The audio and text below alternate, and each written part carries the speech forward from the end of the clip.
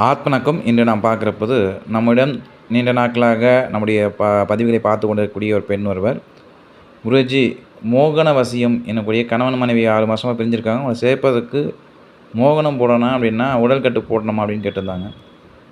நான் வந்து உடல் கட்டு போடணும், திசை கட்டு போடணும், மந்திர சாப நிவர்த்தி பண்ணணும், எந்திர சாப நிவர்த்தி பண்ணணும், மூலிகை சாப நிவர்த்தி பண்ணணும், பின்பு தான் பூஜை செய்ய வேண்டும் அப்படின்னு போட்டேன். அதுக்கு என்னுடைய குருநாதர் வந்து மோகனத்துக்கு உடல் கட்டு அவசியம் இல்லை, தேவையில்லை அப்படின்னு சொல்லிட்டாரு அப்படின்னு சொல்லி போட்டிருந்தாங்க.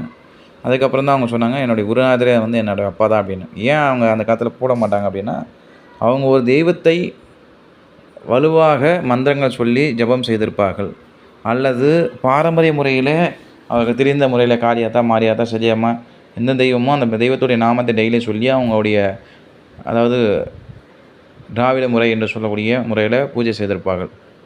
அவங்களுக்கு வந்து பார்த்தீங்கன்னா அவங்க அந்த தெய்வத்தை வேண்டி மனசை வலுவாக கட்டிட்டு அதுக்கப்புறம் பூஜை செய்திருப்பார்கள்.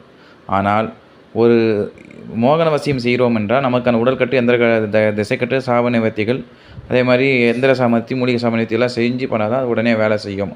அப்படி செய்யாது பண்ணும்போது அந்த மோகனமானது நாம் யாருக்காக போடுகிறோமோ, அதாவது பார்த்தோன்னா ஒரு குறிப்பிட்ட நபருக்கு போடுகிறோம், நமக்கு அதை செட்டாக அந்த கஸ்டமருக்கு போடுறோம் அப்படின்னா, நம்ம உடற்கட்டு திசைக்கட்டு போடலை அப்படின்னா அந்த மோகனமானது நம்மை பாதிக்கும். அதாவது நமக்கு மோகன சக்தி வந்துடும். அதுக்கப்புறம் நம்மளை பார்க்குறவங்களாம் நமக்கு வசியமாகிடுவாங்க. அப்போ வசியமாகிறது பிரச்சனை கிடையாது. அது ஒரு நம்ம கிட்ட வர கஸ்டமர்லாம் வசியமானாங்கன்னா அது வந்து நம்ம பேரையும் நம்முடைய மதிப்பையும் கெடுக்கும் என்பது எந்த ஒரு சந்தேகமும் இல்லை. அதுவும் பெண்களாக இருந்தால் அவர்களுக்கு உணவு ரீதியான தாம்பத்திய ரீதியான உணவுகளை அதிகமாக கொடுத்து அவர்களுக்கான வாழ்க்கை நிலையை பாதிக்கும் என்பதில் எந்த ஒரு சந்தேகமில்லை.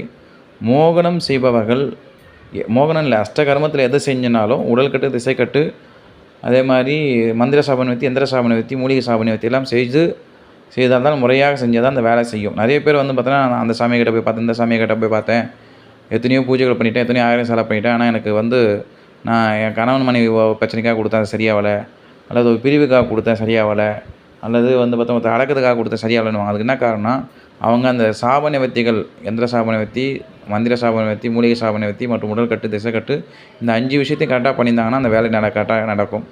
அப்போ வந்து பார்த்தோன்னா அது செய்யும் போது பார்த்தோன்னா நமக்கு வந்து அது பாதிப்புகளை தரும் என்பது எந்த சந்தேகம் இல்லை. இப்போது ஸ்தம்பனம் போடுறீங்கன்னா நீங்கள் உடல்கட்டு திசைக்கட்டு வலுவாக கொடுத்தீங்கன்னா அந்த ஸ்தம்பனம் வந்து யாருக்கு போடுறீங்களோ அவங்களுக்கு தான் பாதிக்கும், அப்படியே நமக்கு பாதிக்காது. அதனால் உடல்கட்டு திசைக்கட்டு முக்கியமாக போட்டு தான் பண்ணணும். அதே மாதிரி நிறைய பேர் உடல்கட்டு திசைக்கட்டு போட்டால் நமக்கு எப்படி அது கட்டாயிடுமே தடையாயிடுமே அப்படின்னு சொல்கிறாங்க. அப்படி கிடையாது. உடற்கட்டு திசைக்கட்டு என்பது ஒரு வடிகட்டி போல் வெளியிருந்து வரக்கூடிய நல்ல சக்தியை எடுத்துக்கொள்ளும், உள்ளே இருக்கக்கூடிய சக்தியை வெளியேற்றாது. இது என்பதை புரிந்து கொள்ளவும். சிவாய நமக நம.